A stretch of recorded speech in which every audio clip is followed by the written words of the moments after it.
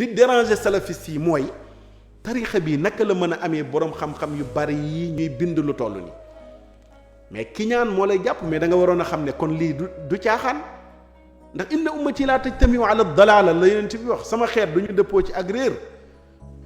la Cheikh El Hadj Ibrahima Niass waxoon kenn rek bi ñu demee débat yi mu jigéen def ne ko duumu fil inkaar nag wa nahnu fil azkar.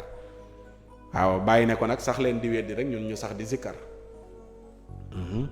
duumu fil inkaar wa nahnu fil azkar, sax leen di weddi ñun ñu sax di zikkar mu jeex tàkk. am na loo xam ne boo ci nekkee muy dëgg sa coow du bari waaye da ngay dem rek nekk ci dëgg ji sax ci. waaw tariixa bu mel ni tariixa Tijaan dañoo am programme. Cheikh Tidiane dafa sas kuy taalibeem heure boo xëyee del jàng alxuraanul karim donte ñaari xisib la. soo demee Maroc gële fees bu ñu wasifa ba noppi mbooloo la ñuy jàngi alxuraan ji ñaari xisib yi daan dañ lay sas ne la da ngay dem di julli ji ca jàkka ja ca mbooloo ma loolu lañ lay sas ci tariixa bi sant la ko da ngay respecter charia